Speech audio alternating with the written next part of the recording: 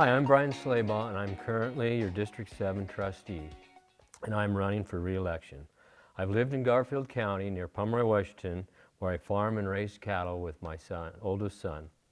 I have been married to my wife Lori for 40 years, and I have 2 grown sons along with their wives and 7 wonderful grandchildren that are our pride and joy.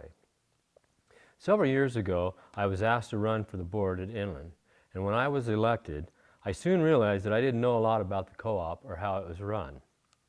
So over the last several years, I have gained tremendous knowledge about Inland and the industry and how things work. Inland has almost doubled since I was elected, and that has created some challenges of its own. The cost of materials like transformers, poles, and wires are just some of the things that have went way up since COVID. The cost of power from Bonneville has also risen over the past several years, which will be passed along to the members. Inland and the board have been working hard to find other sources of power from other vendors to help keep the rates affordable.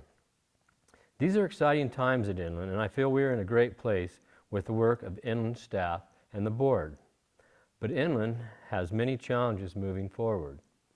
Things like wildfire regulations, growth, dam removal, electric vehicles, data centers are just some of the many things Inland faces.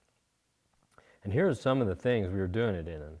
Inland has put together a wildfire mitigation plan that is always a work in progress.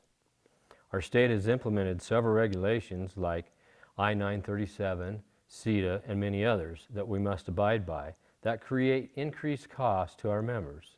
So we go to Olympia every year and lobby for changes to these regulations. I also believe that the dams are a necessity to keeping the lights on.